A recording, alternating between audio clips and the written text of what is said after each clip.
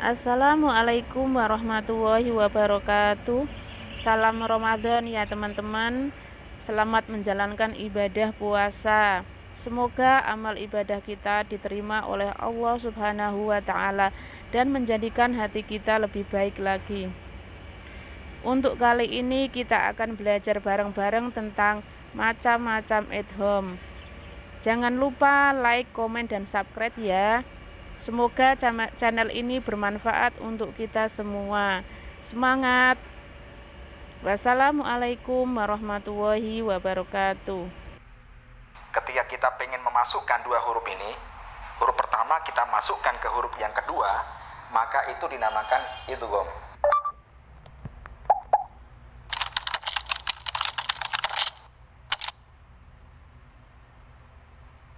Para akademia, kita lanjutkan kuliah kita tentang ilmu tajwid.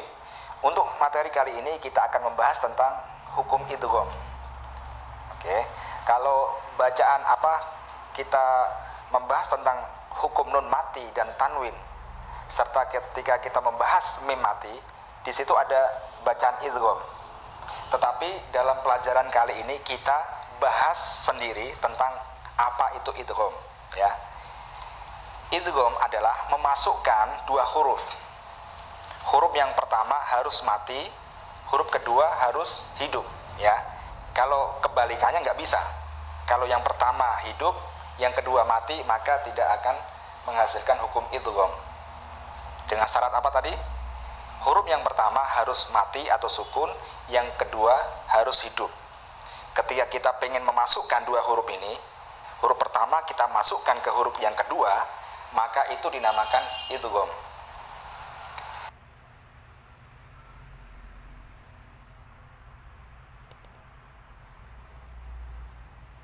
Huruf itu saja, ya, huruf yang sama, ya.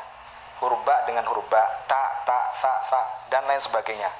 Itu namanya idgham mutamatsilain.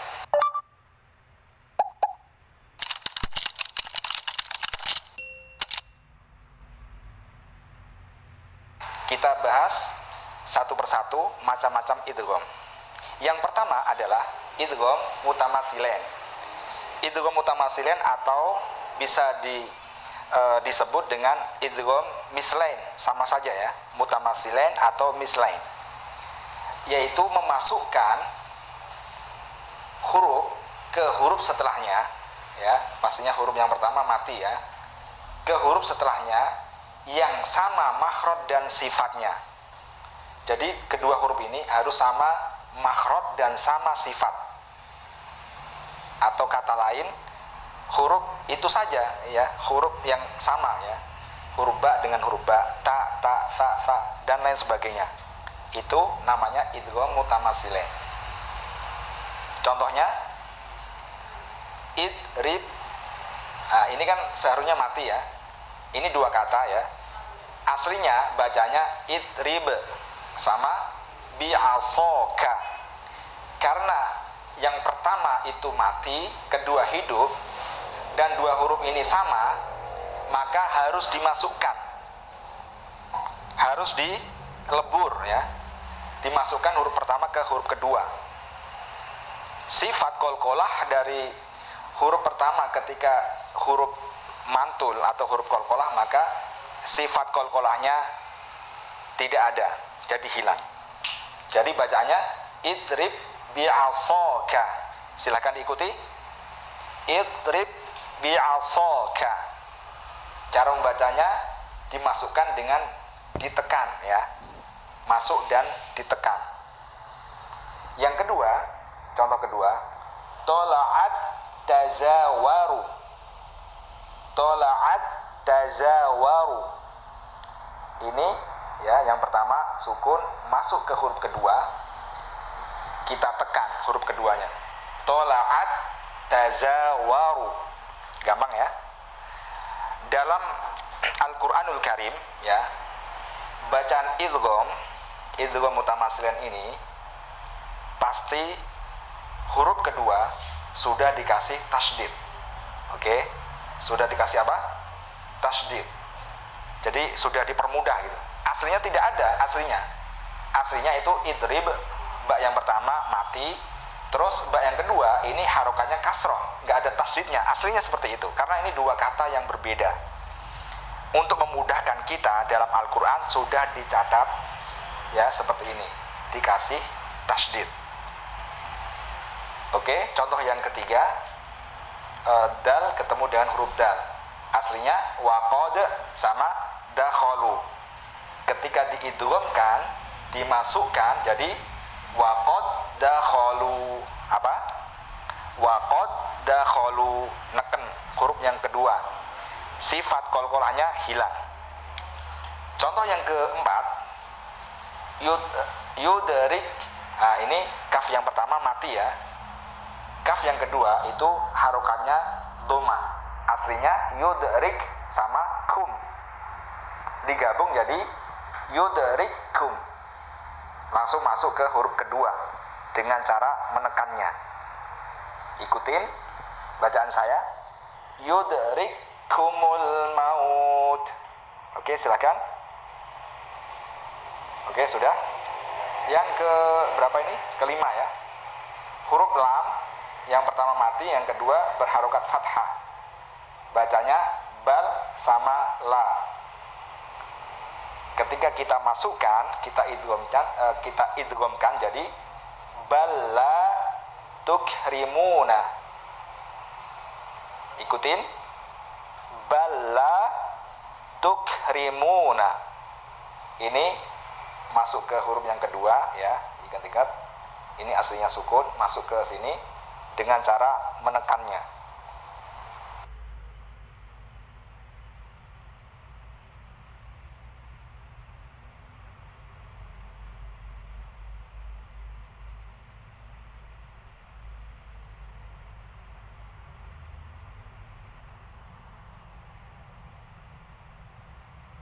Ba sama mim, tetapi sifatnya berbeda. Sifatnya yang membedakan, sehingga dinamakan idgham mutajanisain.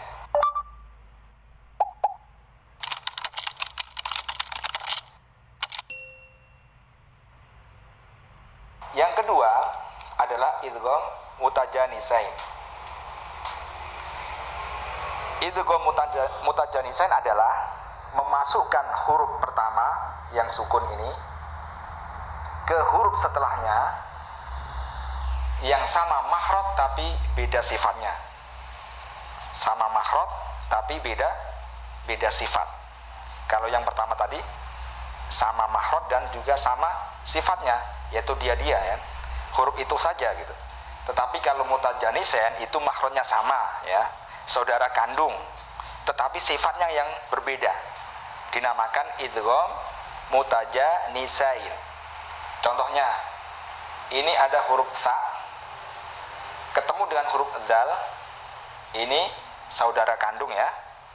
Sa sama zal itu sama makhrajnya, pucuk lidah nempel di gigi atas. Sa sama za.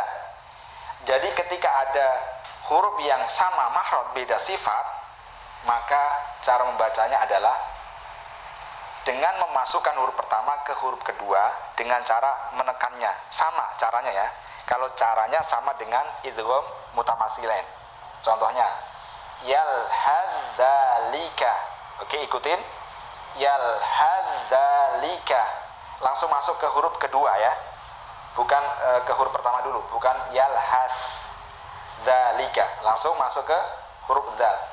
Yalhadzalika. Contoh kedua, ada huruf ba bertemu dengan huruf mim. Ini beda makhraj, sama makhrajnya ya, sama keluar dari bibir ya, ba sama mim, tetapi sifatnya berbeda. Sifatnya yang membedakan, sehingga dinamakan idgham mutajanisain. Aslinya bacaannya irkab, terus ma'ana. Ketika diidghamkan, karena huruf yang pertama ini mati, yang kedua hidup, maka cara membacanya harus dimasukkan ke huruf kedua dengan cara menekannya dan mendengungkannya. Didengungkan nih, karena ini huruf apa? Huruf mim ya. Bacanya irkam ma'ana. Ikutin. Irkam ma'ana. dengung karena mim tadi huruf guna.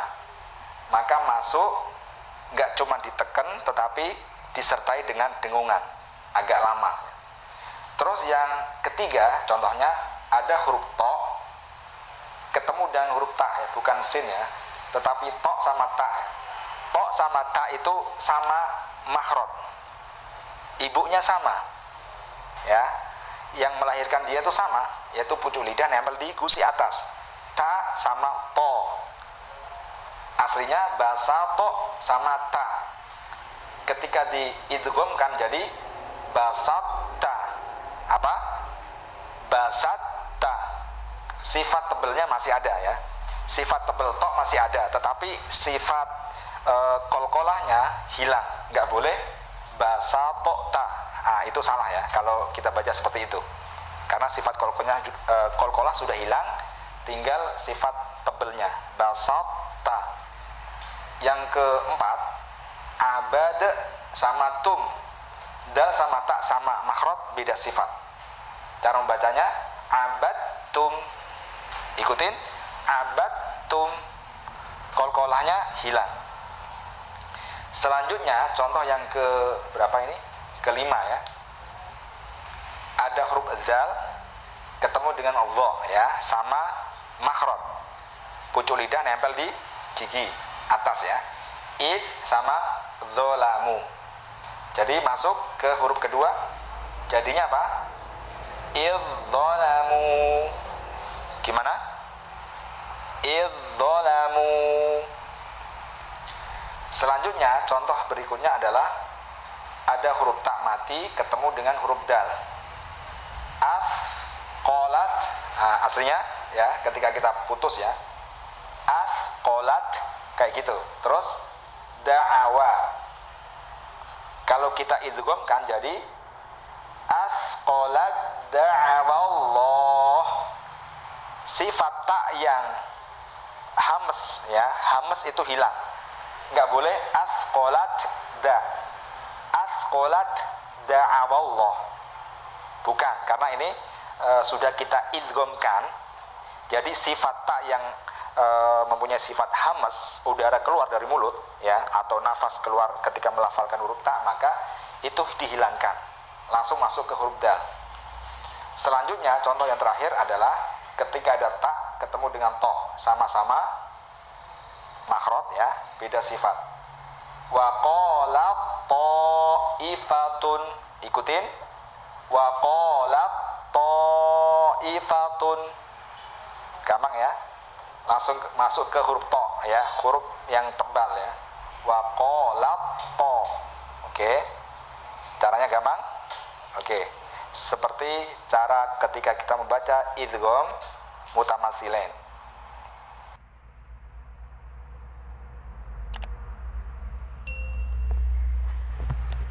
Makhraj dan sifatnya itu dekat, maka dinamakan idgham apa? Mutaqaribain.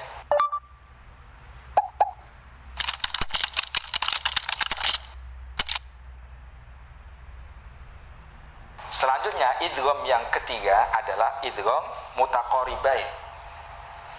Idgham itu memasukkan, mutaqaribain itu huruf yang berdekatan ya.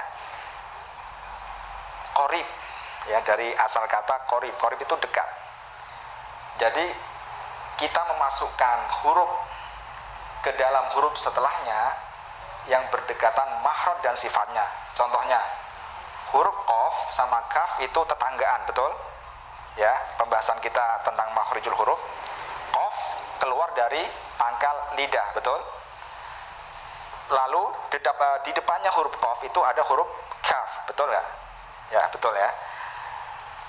Jadi ini adalah tetanggaan, ya, qarib, dekat, ya. Jadi ketika kita masukkan huruf yang dekat makhraj dan sifatnya, maka dibaca idgham mutaqaribain. Caranya sama, cara membacanya itu sama seperti idgham mutamatsilain, mutajanisin sama, yaitu dengan memasukkan atau meleburkan huruf pertama ke huruf setelahnya dengan cara menekannya. Ya, dengan cara apa?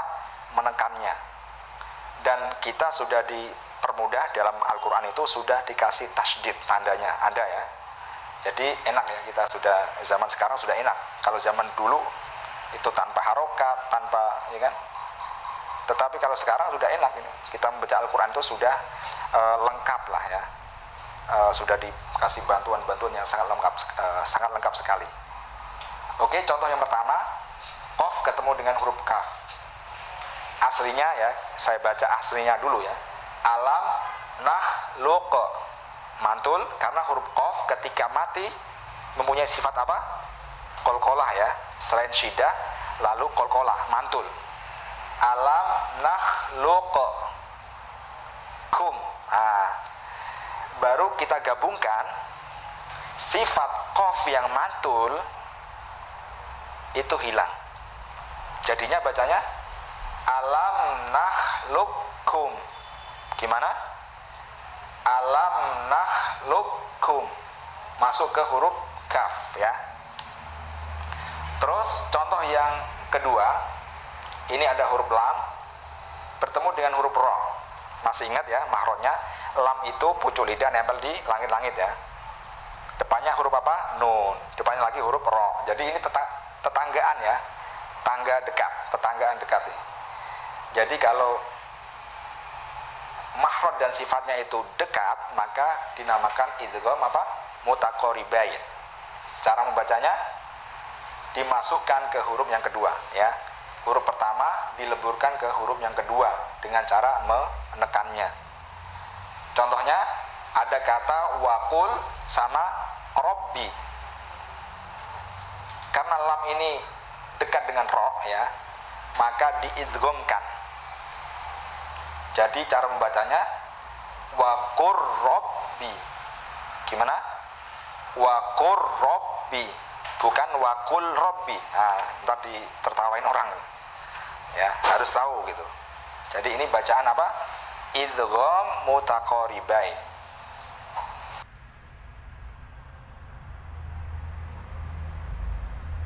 Kalau enggak mati, maka tidak bisa diidghamkan, tidak bisa dimasukkan ke huruf kedua.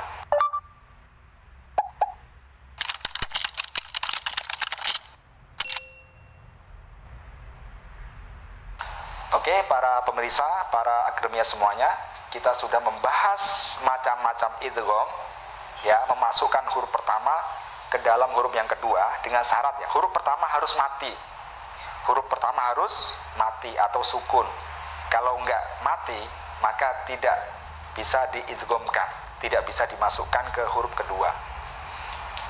Oke, tadi yang pertama apa? Idgham mutamatsilan. Jadi semua huruf yang sama ya. Jadi termasuk mim ketemu mim sama. Jadi sudah saya sampaikan tadi ya.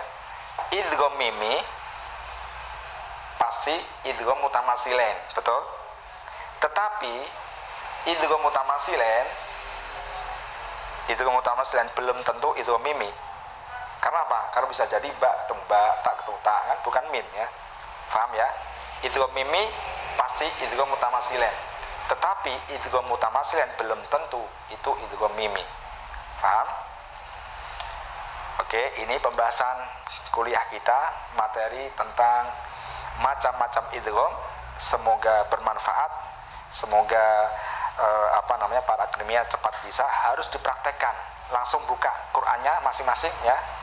Langsung buka Qur'annya, dipraktekkan. Ya, karena tanpa praktek maka ilmu tajwid ini nggak ada manfaatnya, sia-sia saja. Ketika sudah mengetahuinya langsung dipraktekkan. Ambil Qur'annya. Oke, mulai sekarang langsung dipraktekkan apa yang sudah kita pelajari bersama. Terima kasih, semoga bermanfaat. Assalamualaikum warahmatullahi wabarakatuh.